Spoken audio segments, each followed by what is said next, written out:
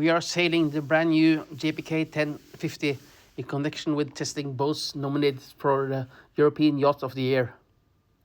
This summer, Jean-Pierre Kelbert and Alexis Liaison won the Rolex Fastnet Race with this impressive boat.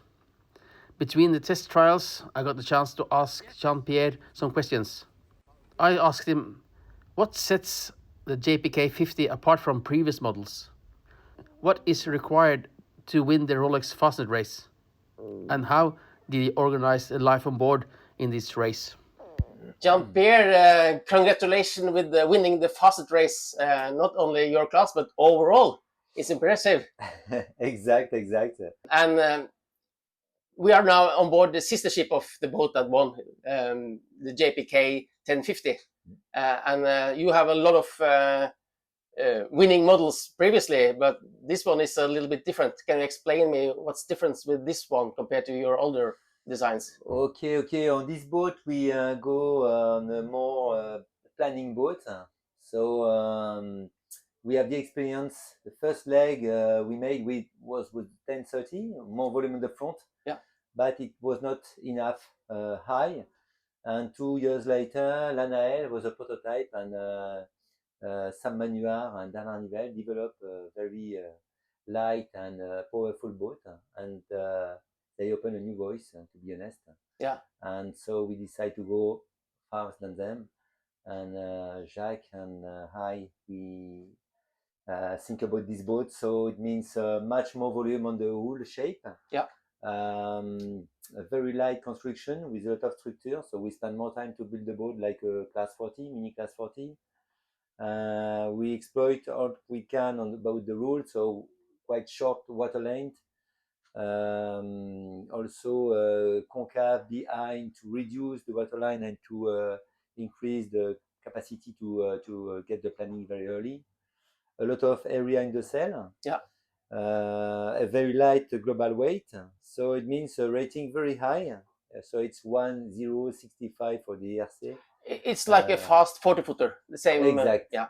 But at the end, it's working in all the conditions, light wind, upwind, especially downwind when you get the planning before the others. How much wind do you need to get it planning? At 14 knots with the good angle, it's the beginning of the planning. You are 10, 12 knots. Yeah. But after constant planning at 17, 18 knots, you can, or yesterday it was 20 knots, so it was easy to always at 14, 15 knots of average speed. But winning the Fastnet Race is probably one of the hardest race to win, and it's a lot of nice boats, expensive boats, and teams doing a lot of money to be a high level. What does it take to win Fastnet Race? For that you need to have a good upwind boat. Yeah. Because the first part of the race is always upwind. Yeah. This year it was like the other years, so it was upwind, medium, light wind, and after quite strong wind around 20 knots to finish between the Scilly Island to the rocks. And so you have to be in a good position when you cross the rocks. We were already first on our class, double-handed, and 25 an overall classman when we crossed the Fastnet. So not too bad for such a short boat. And but for us, the possibility to come back was, of course, on the way back. Yeah. Because the boat can get the planning, and a small light boat can save very easily his rating if the conditions permit to plane all the time. You said you saw all the people are taking the fractional generator up, so you took the big ones. Yes, of course, because the boat is very easy and stable. So you're gaining on the smaller size. I think we save maybe 1 knot with the big kite instead of the A4, for example. But it was possible to win with a smaller kite, because when the boat get the planning, get the planning. So no, I think it's the hull shape. We are always 2 knots faster than maybe the 1180, the X41, all the boats, classic and quite planning boat too, a little bit. But we're always 2-3 knots faster, so it was amazing to see how we come back very quickly on everybody. And you won double-handed, and that's also amazing. How do you organize life on board to do such a high-level racing for to 4 days. You know, only two guys. Well, I was with Alexis Loison, which is a good friend and a professional. He win the Solitaire and the Figaro this year, so that means the level he has. But no, for such a short race, it's only 3 days and a half, so we don't need to have a specific organization. So I was more helping Alexis to be in the best conditions for him.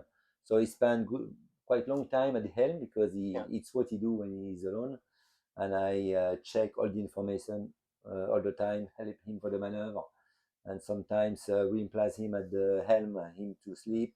So he was always focused 100%. It's interesting to do this kind of race with such a guy because you see the intensity you have to put to have this kind of level. So it's interesting because it's already what I do myself, but not at this level. But how much sleep did you get?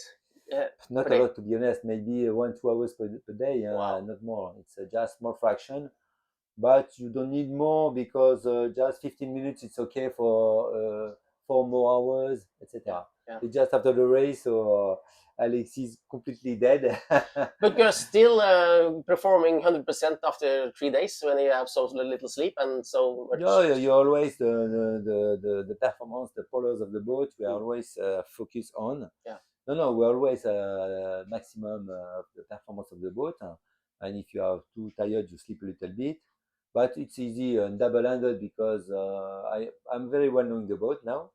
So for me, it's easy to help him to find a good the good target to go fast. But no, it's not 2 weeks or 3 days and a half. It's okay. You can sleep a little bit less. And your partner, he already won Fastnet Race overall previously with the JPK as well. Exactly. With his father. With his father, who is also a good friend, Pascal. Yeah. And it was amazing. And it was the first time, but with a more classic boat and with the 1010. Yeah.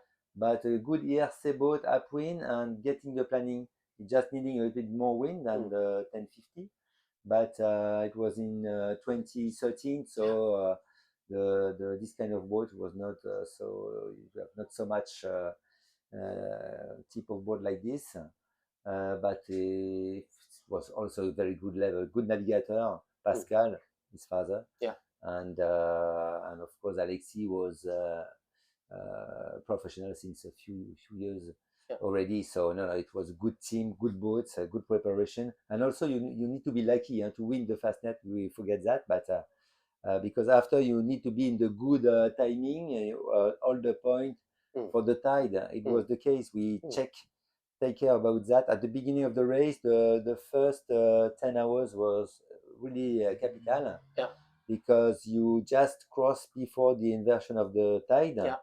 And we were beating the Pogo upwind a little bit faster, but 1 mile, 2 miles, and we crossed the first point. We were 3 miles in front, and so you lose again 1 or 2 miles because of this passage.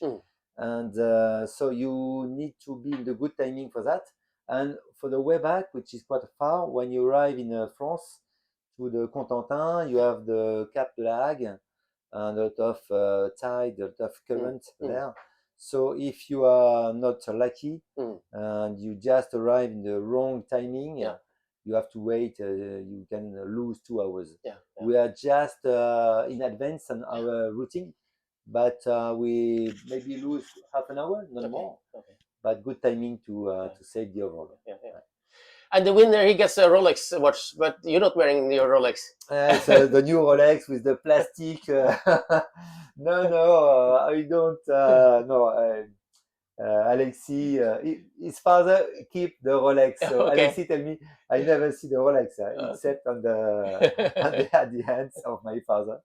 So I know he was wanted to have the watch. So both father and son has their Rolex now. Exactly. I think they deserve it. I don't know what to do with the Rolex, to be honest. You got a nice boat. So exactly. For me, it was just to do a good result, a good experience, good fun.